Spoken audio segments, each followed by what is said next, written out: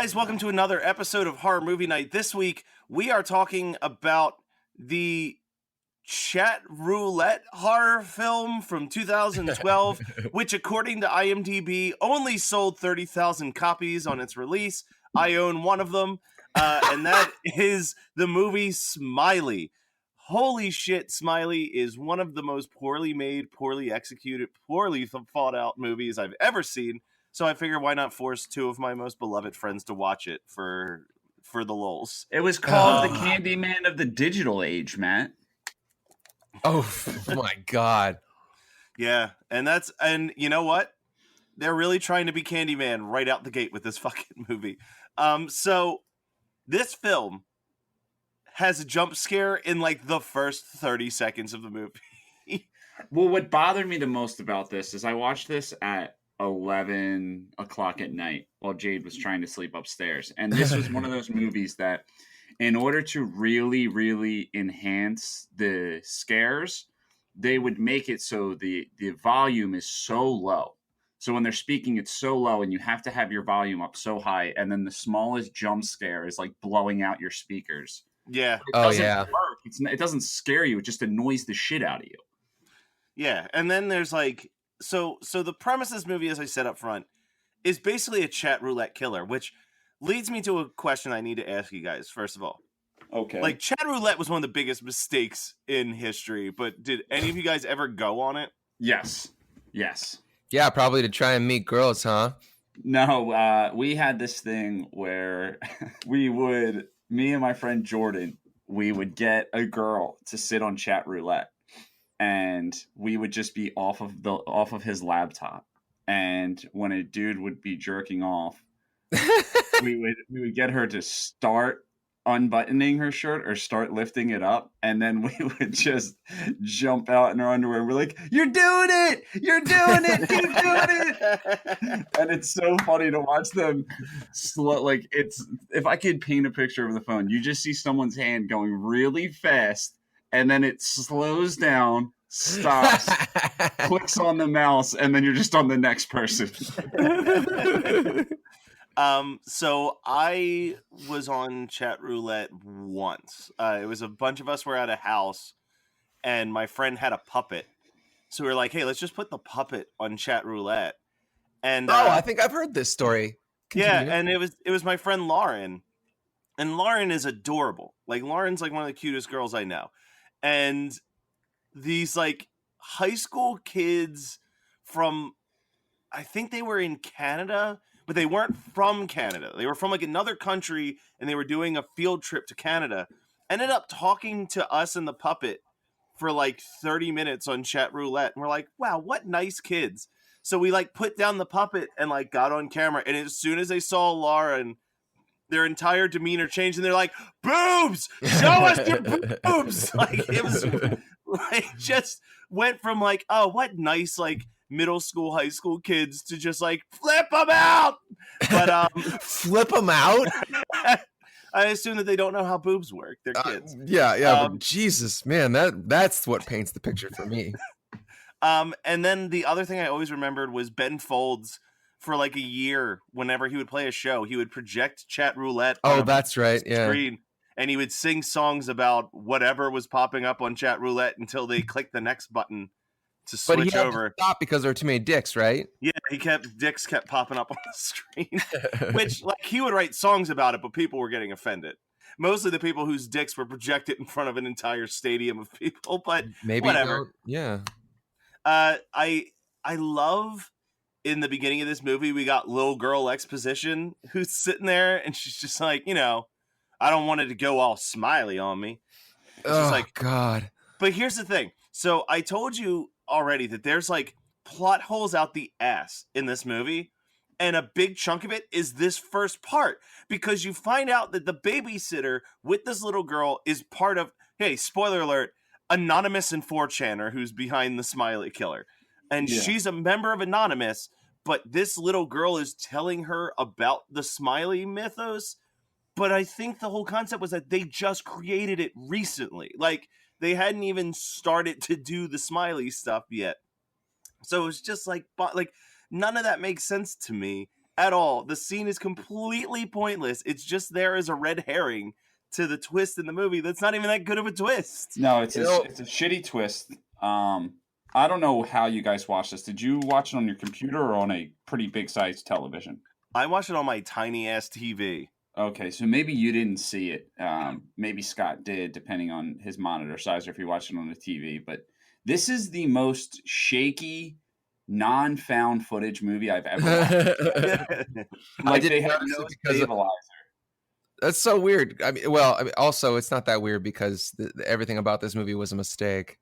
Yeah. The final girl, immediately after the scene Matt's talking about, is probably the least likable final girl. Oh, she's awful. I've ever met. As soon as she starts, you're just like, okay, kill her. She is. So I have a quote written down, and I think it's from our final girl, but I can't remember. Is she the one that goes, "I just smoked pot"? Did that come out right? Yes. Yeah. Yes. Just the worst. But before we get to that, I want to talk about the quote unquote Smiley kill that happens with the babysitter. Well, we got to talk about this babysitter first of all. So, who is it? Well, that's why I wrote down, like, who is this character that seems to be about 18 or 19? It looks like, I'm not sure if you've ever been to, I used to work at a store in the mall called Habitat that was like basically a head shop, but it looks like a head shop threw up in her room because it's like lava lamps and like the big fucking blanket on the wall, and she's just walking around listening to opera. Like, what 19-year-old is just like okay, this is my actual full note. So, okay, well, the thing that I want to talk about is that she's basically here to be the sex appeal of this movie because there's no nudity, just ass shots of this girl. And it all happens in the first 5 minutes. So the very first scene in this movie is this lingering male gaze ass shot of her on the bed on her phone. Well, and I'm like, why is your sister coming in? And then the dad comes in and is like, can you take a check or something like that? Yeah. The second jump scare in 3 minutes. Yeah. But it doesn't make any sense to me that why is she sitting on this bed not babysitting? Yeah. She's like the shittiest babysitter. But anyway, so she's also wearing like she's in these tight little mini panty shorts or whatever, and wearing falsies, like false eyelashes, just sitting on the bed. And then we see her next in this house. So how does my question? So I have first. Yes, college girls listen to opera in their undies and go to sketchy chat rooms. But then the real reality sets in of how does this babysitter have an entire furnished house to herself? That is another big question.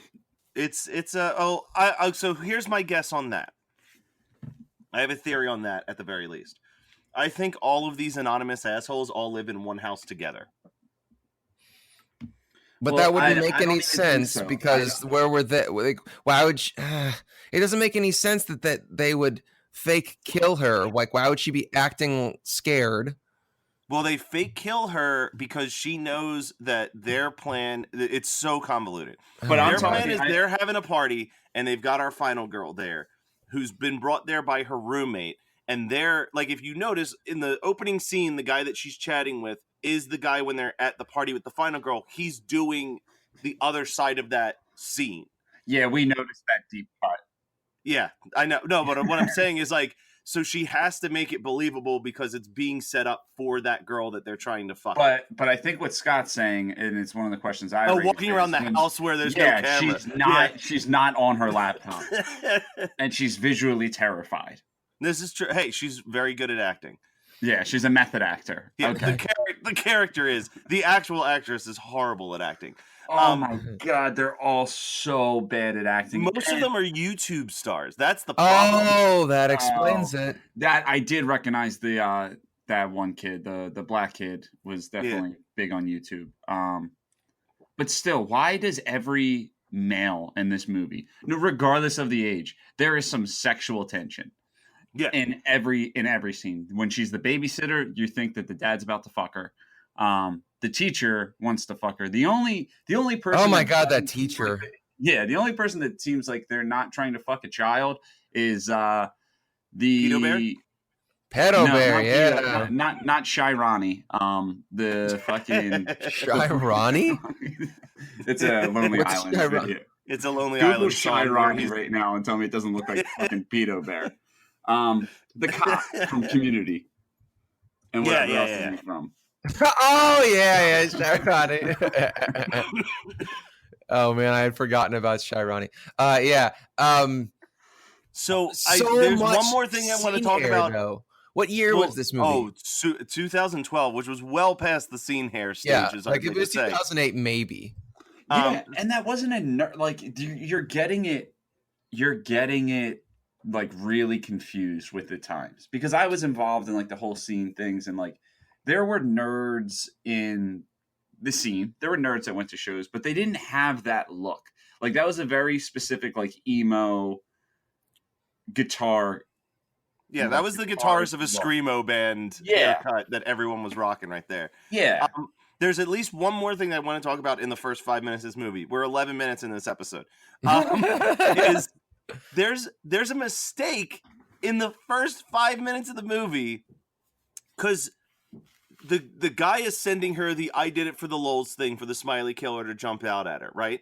Mm-hmm. But it cuts to her screen to show that, and it says that she wrote it. Like it says you instead of stranger, which is how it shows for every other scene in the movie, which makes me think that they forgot to actually film it and then just had to pull footage from a different sequence where someone had typed it to make up for the fact that it happened. No, I think it was just a fuck up on their end, forgetting the whole plot of the movie, because the whole thing was she looks terrified after she sees it because she sees that she wrote it. So they just wait, what? Like so it's like Smiley is supposed to, if he's supposed to kill anybody who does it themselves. No, he's supposed to kill anybody that says it to someone. But I think that their whole thing was she heard a noise, she went back on her computer, she saw that someone on her end wrote, "I did it for the lulz, I did it for the lulz, She gets nervous. See, that would be a much better tension builder, because that would mean that the killer is already in the house. Yeah. So let me also point out something in this opening scene that bothers me. So let's say hypothetically you're on Chatroulette. Yes. And someone says, "It's a shame I have to kill you." You just gonna minimize that screen and walk away? You're gonna click that next button? Because I was like, why is she minimizing the screen? What more does she want to get from this dorky guy on Chatroulette? He's clearly bad news. And another huge plot hole in this movie is, I get it, everything's staged, blah, blah, blah. If right now Chatroulette was still a thing, right? And I said, Scott and Matt, let's go on Chatroulette. And we next until we hit each other, it would take hours, if even possible. Yeah. You know, we're talking the peak of Chatroulette. Millions of people on it, and it randomly puts you with someone. That's the whole point. It's roulette. So how? That is the first how. How did they plan this? To be like, okay, it's going to end up on this guy, and he's going to be in on it. Maybe they're elite hackers. Yeah. So they say the "I did it for the lulz" thing a shit so ton much in this movie, and I wish that I remembered how he said it. But one of the guys at the party says it in the most insane way that I had to write it down. But I watched this on Thursday, so it's completely gone from my memory. But I think he's just like, "I did it for the lulz." Like, something like that. I was like, what is happening? Well, this is the most fellow kids movie I think I've ever seen. Oh, absolutely. And it's like, it's definitely someone writing about the dangers of the internet who's like never used the internet. They're like, I'm pretty sure this is what this does. Yeah. It's a series of tubes. Well, and then you've got this school where it's a requirement to take Intro to Reason and Logic. Like, what fucking school is that a required class? And this girl is gonna fail because she has no logic in anything that she does the rest of the movie. Like, what about Mark, though? Mark is such a great character, and I mean that in total sarcasm. It's just like, Mark, why is this a required class? Because we had to take it. And it was like, yeah, Mark is crazy. He just wandered in from Dude Bro Party Massacre 3 into this movie by mistake. Well, and then, like, investigation. Well, like, because I wrote down, like, the, she's going to fail this logic class because it's not that soon after that her roommate Proxy is telling her about the Smiley killer, and she's like, well, what you gotta do is you gotta do it to someone else so that you can prove to yourself that it's fake. And she's like, that sounds like a good plan. Like, that's not good logic ever. No. Just ignore it. That's my solution to most things. Yeah, most of your problems. Yeah. I spent the first half of this movie trying to figure out if it's supposed to be a genuine horror or if it's supposed to be like super meta. And then 45 minutes in, I'm like, the answer to this isn't going to change how I feel about this movie. Exactly. Yeah. So I just gave up. I think it's supposed to be meta, but it's still a failure. Like, regardless, they still really, the only thing that I like about this movie, and you guys will definitely make fun of me about it, I kind of dig the look of Smiley. Like, not when he's on screen and it looks like he's got a stocking over his head, but like when it's she has the nightmare. Yeah, like where it's like the actual stitched up face and eyes. Like, I'm like, that actually looks really fucking cool. And they made that prosthetic for someone. Yeah, and they had it like spewing blood into her mouth. In that, yeah, like there's great. cool scenes. Yeah, there's cool scenes with that. But that's not the Smiley that we see for 95% of the movie. We see like a weird stocking over someone's face that looks like a face. The teacher in this movie is played by Roger Bart. Who I've seen him in a lot of stuff. Well, I was gonna say, he is so much better than this film. Like, I know. His first role was he was the voice of Hercules in the Disney film Hercules. He did. Oh wow, yeah. But he's a Broadway guy. He's won like 3 times. What? Like, how did they get? Was he like really hungry this month? He had to have been. I'm like, what are you doing in this movie? Like, you have no reason to. You are a talented. You are on the original cast of The Producers, and now you're in Smiley. Like, what is happening? I think, and he made me chuckle. He was the only person that made me chuckle, and it's really not funny, but for some reason it did just get me to Is it the turn to page like 26? Yeah, turn to page 26. Oh, that's a picture of me. This is stupid. The only good joke in a 95-minute movie that semi hits. It doesn't even kill. It just hits enough that it's better than the rest of the movie. It's like the cheerleader effect. It's like you're just surrounded by so much bullshit that it's better by proxy. Proxy. Yeah, that was a great name too. Yeah. Well, and I think the idea is that they're supposed to be like their handles instead of their real names. Yeah, but yeah. Like, oh no, I understand that. It's just stupid. But I think most of them just have regular names, except for Proxy. Yeah, she doesn't have a real name in the whole film, right? She's always Proxy. Yeah, she's just always Proxy. And like, I get it, but like, there was a long period of time when I was booking shows back in like 2004. I did all the booking through Instant Messenger. So, like, I would contact the bands through Instant Messenger or MySpace, and my username was Saint Mort. So, like, when people met me, that's all they called me. So, like, I get it. Like, sometimes you just have, like, an internet handle and it kind of sticks. Dude, but, like, you're still in my phone as Matt Saint Mort. Yeah, but that's the thing. If you kept calling me Saint Mort, I'd be like, my name's Matt, by the way. Like, I don't want people to just call me Saint Mort. Like, what if we're 8 years into our friendship and I was like, "Hey, Saint Mort," it's like, I'd be like, you're what like, the fuck is wrong with you? Yeah. Well, the thing is that like, and nothing against people with that are actually on the autism spectrum, but this movie does not make them look good. You know, like no. It's like a movie about it's a movie. It's not even like, it is a movie about internet trolls. Like, that's what it comes down to. And it's never more apparent than the one line where the guy's like, when you're an asshole on the internet, you make some enemies. Like, it's just like, what is this movie trying to be? But then they have to talk about ethics, man. And they say retarded a lot. Like, this movie was 2012, and he's like, I enjoy the strange and retarded. And I'm like, that's really unacceptable. It's unacceptable, and I agree, but it does make sense if all of these characters are supposed to be 4chan trolls, because that is a word that I'm sure still gets thrown around all the time. Yeah. So, you know what? Kudos for your attention to detail, sir. Man, this movie is so shitty. Like, it's a lot of but here's the thing, and I will say this with complete sincerity. The reason why I bought this movie, I buy movies for one of two reasons. A, because I think that they're genuinely good movies. That's not what the category that this one falls into. Of course, yeah. The other one is like they're bad, but they're like a certain level of bad where it's like if I have a bunch of people over, this is probably going to be a fun one to like throw on in the background that you can like kind of make jokes about how poorly done it is. And that's the one saving grace of this movie is that it's just the right level of bad as opposed to like other movies where it's like this is unwatchable. Like bad comedies you just can't do. You can't have fun with a bad comedy. You can usually have fun with a bad horror film, and this one, it isn't Sick, it isn't Invisible Maniac, but it's you take Invisible Maniac off that list. Invisible Maniac is a fucking national treasure. It is a good one.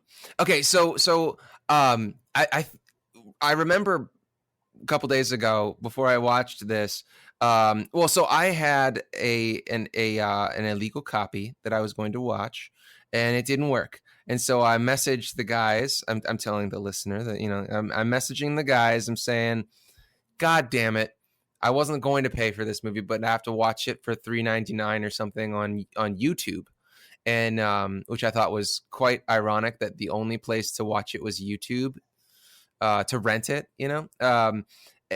since, it's got a bunch of YouTube stars. So I spend the money I'm going to spend the money to watch it. And Matt says, well, if it's any consolation, that 4chan hates this movie for existing. And I said something to the effect of, well, that's good because everything I do in my life is to piss off 4chaners. But the thing is that I know why 4chaners hate this film, because it makes them look like, one, that they hang out together. Two, they aren't fat neckbeards that smell like a dumpster full of dirty diapers. Yeah. And three, that they drink and fuck, which none of these things are true. They hate this movie because it makes their pathetic lives look glamorous. Like, I don't understand why. First of all, there would be no quote unquote anonymous party. Are you here for the anonymous party? Oh, I don't know. It's just so dumb. It's like, as Matt said, it completely misses the mark on what internet culture is. But I mean, it's entertaining for our show. I'm not like it misses the mark on how a movie is made. Like there's a scene where Ashley has a nightmare and she punches Proxy in the face. Yeah. I have never seen so much blood coming out of someone's face in my entire life. Worse. My nose could be gushing blood. Yeah. Seriously, the penguin bit off someone's nose in Batman Returns and there was less blood than this like love slap in the face from a nightmare. And like the middle of this movie could just go right to hell. Like the first movie is like the first like half hour is poorly made, but it's like kind of almost entertainingly poorly made. The middle, it's like it's not even fun dumb anymore. It's just stupid. Like you're just like frustrated with how stupid it is. And then you get to the last 10 minutes where just all logic goes out the window, as well as our final girl. Nice. She jumps out the window to her death when a bunch of people just as Smiley all converge upon her. And then like this is where we find out it's the work of Anonymous, and they're listening to opera again, which like trust me, 4chan people ain't listening to no fucking opera. Yeah. And their theory is insane. Like it's like, okay, so we're gonna create this mass hysteria, and now other people are going to recreate the Smiley killer and actually start killing people for real. Like that's their plan. Like what? Like Bloody Mary has been in existence for as long as I've lived, and I've never heard of anyone killing someone because they thought of the Bloody Mary. It's pretty much based off the one incident where with Slender Man. Yeah, with those young girls in Slender Man. But that's what's so weird is that Slender Man happened after this movie was made, wasn't it?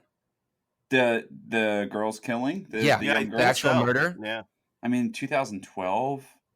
We gotta. You're the serial killer lover, dude. Like, figure it out. Yeah, real serial killers. Don't be such a gatekeeper about serial killers. There is one other line in this movie that I need to bring up, though, which is one of the last lines in the movie. 2 years after this movie was made. So this was, see? So this predicted it. Smiley was actually ahead of its time. Said no one ever. Jesus.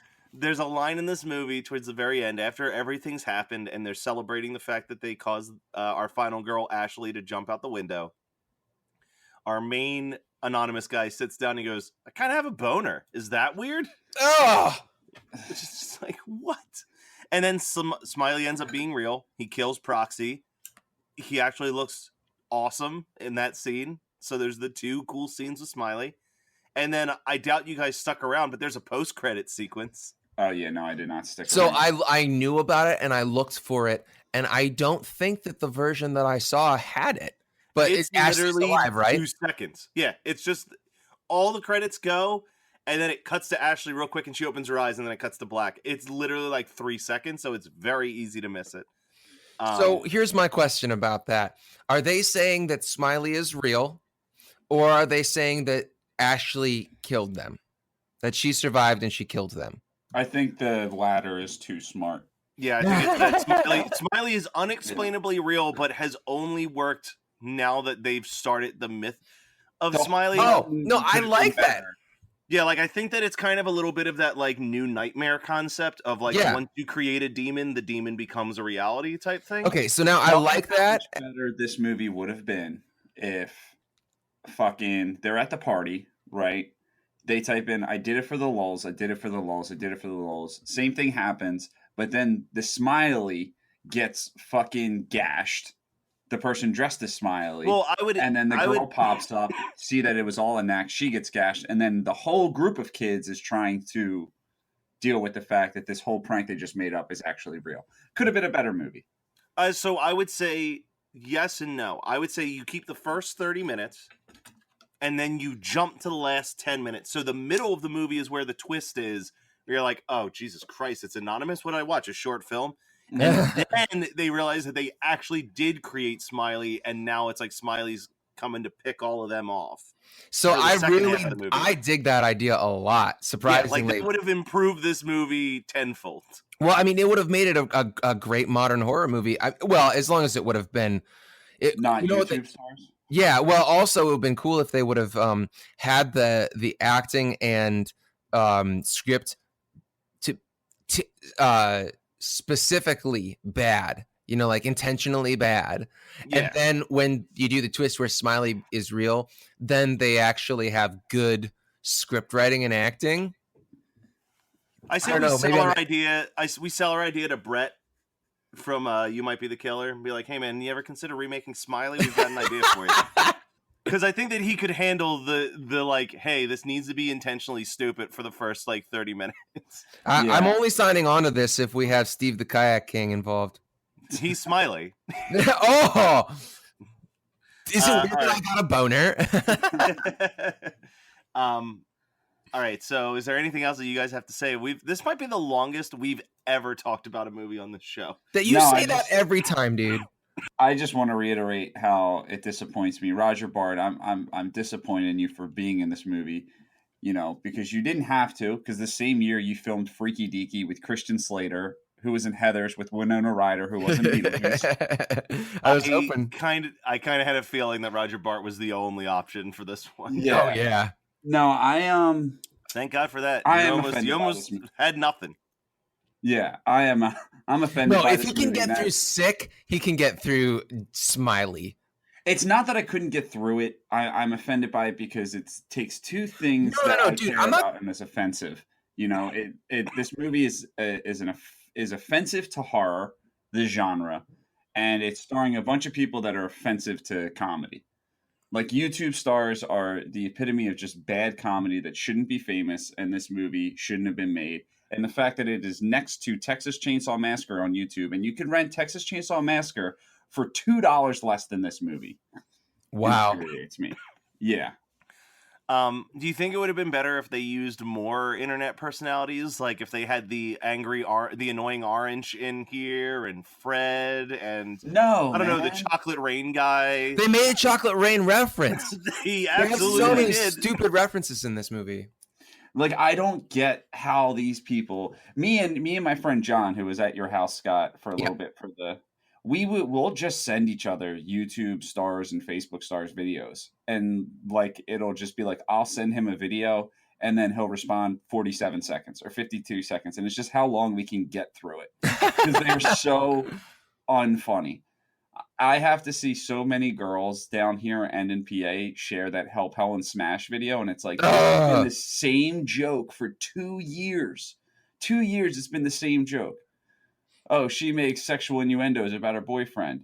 A million with shares. a stupid with a stupid face. That's like all. Oh my god, Help Helen Smash is the worst fucking thing in the world. Like it was funny one time. It was but they milk it. YouTube stars milk everything. Bo Burnham, this is no shot at you. You are a genius. Well, so here's what I like.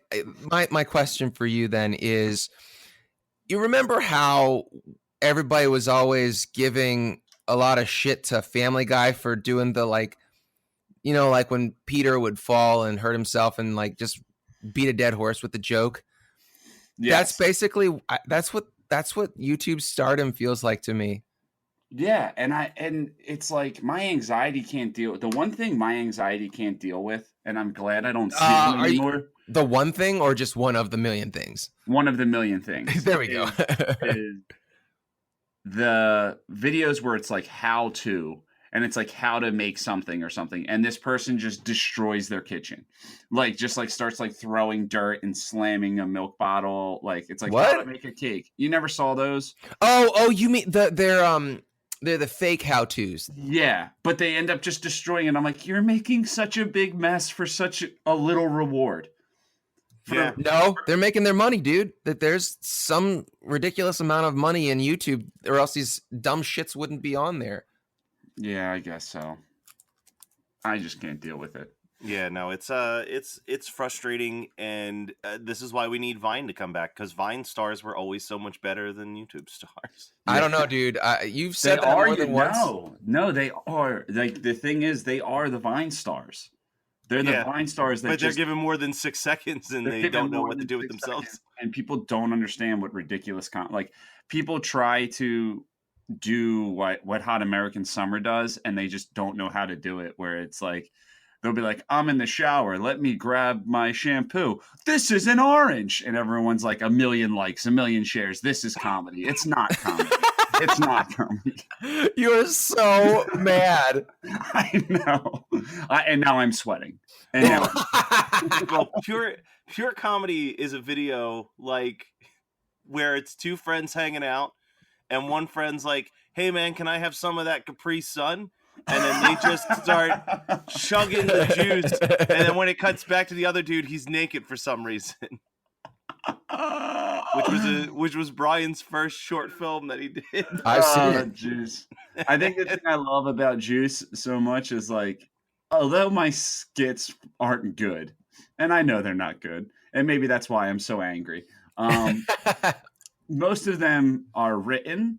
Most of them are we discuss. It's all done within a day, and then editing and is done within like another day or two, and then we release it. But Juice was thought of, shot, edited, and put out in 30 minutes. 30 minutes we created that thing from the idea to it being posted on Facebook, and it is still my favorite thing we've ever done. I mean, I still love the Joseph Gordon-Levitt one, but that's just me. That is just you. And me. Hey, Toxic here. And Meridon, too. We're the hosts of the Overleague podcast. Are you a fan of Overwatch League, or just a fan of Overwatch in general? Well, if you are, we break down matches and all other Overwatch happenings, and we won't judge your main. Tune in every other Tuesday to the Overleague on Geekscape, and wherever you get your podcasts. All right, so what was your guys' double feature with Smiley? Oh, wow. My double feature with Smiley would I'm gonna pop in fear.net. Oh God. I've never seen it. I just know it's fucking terrible. Yeah, I'm gonna do what Scott usually does, which is the way this game's supposed to be played. Is I have no idea how the movies are. Never heard of the movies. If I'm gonna rent Smiley, let's just say it's Blockbuster in 2019. I go to Blockbuster and I'm getting 2 videos from 2019. I'm renting 2012 Smiley and then probably 2018 Slender Man. Ooh, man, yeah, that is punishing. Yeah. Fuck it. I'll go with kind of the easy one. I'll rent Smiley, and then I'll rent Candyman 2 Farewell to Flesh because I always thought that was the better box art. So here's a question. I love the box art the poster art too. For Candyman 2. I don't know if I ever saw it. Is it any good? No. Yeah. It's okay, but the box art's fucking fantastic. Let me look this up. It's an I with a B on it. Oh.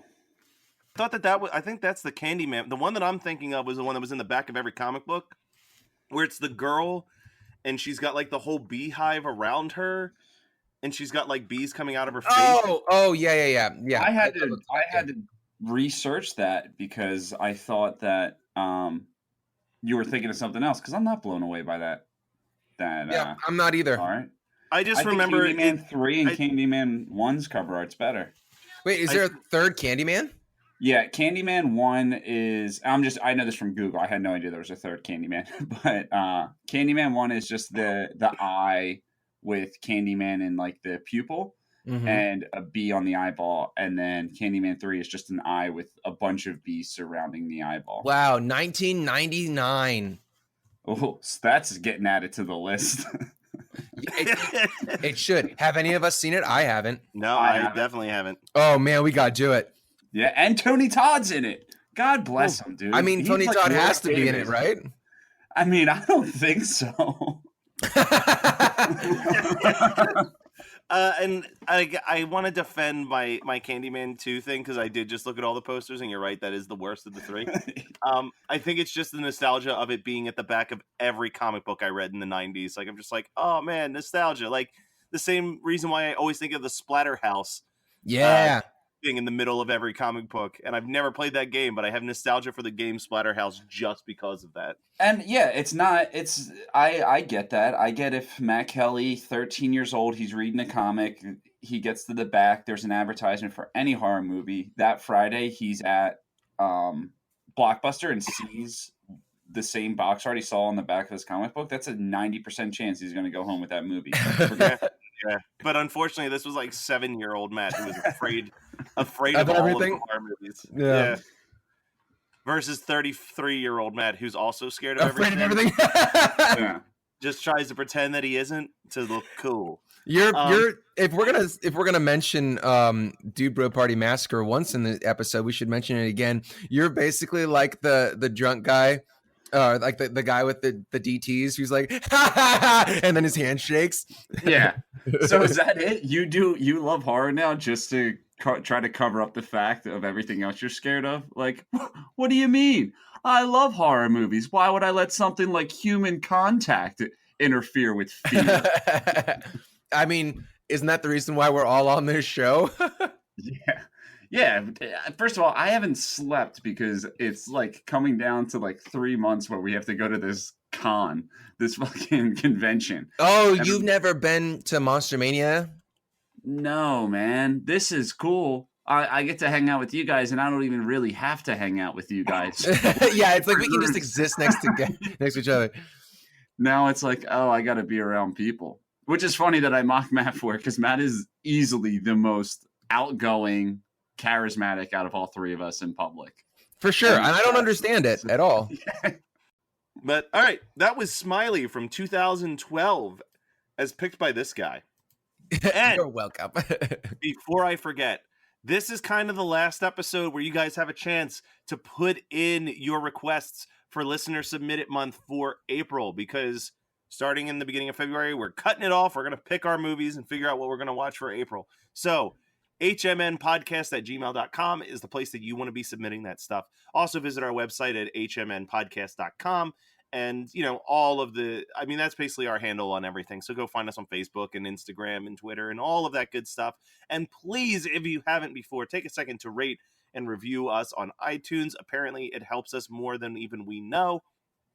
And if you absolutely love Horror Movie Night, then you should do yourself a favor and head over to the Patreon page, patreon.com/HMN podcast, where you're able to donate some money towards us. And, you know, it keeps us going. It keeps us going to conventions. But additionally, you get a shit ton of bonus content. We're doing almost a bonus episode every week of different things. So there'll be discussion episodes, there'll be interviews with some of the guests that we have on the show, all types of cool stuff. So do not miss out. This month we're talking about Street Fighter, so enjoy that piece of trash that we So suffered through. somebody enjoys it. Please, somebody. And next week we're gonna take it easy. We're just gonna lay back. We're gonna turn on the radio, enjoy some sweet tunes, and maybe we'll just see where it takes us. See what happens while we're listening to the radio. Only if you're so happy. Yeah. So happy New Year, everybody. Especially Casey. We love you so much, Casey. Oh yeah, Casey, thank you so much. Yeah. Oh yeah, yeah. Feel free to send us nice emails. We like them. Mm-hmm.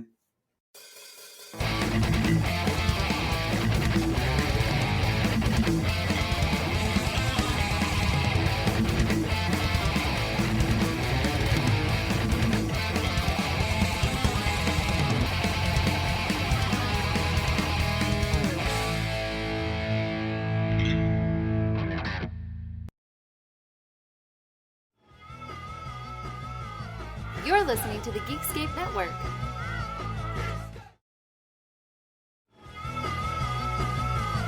You're listening to the Geekscape Network.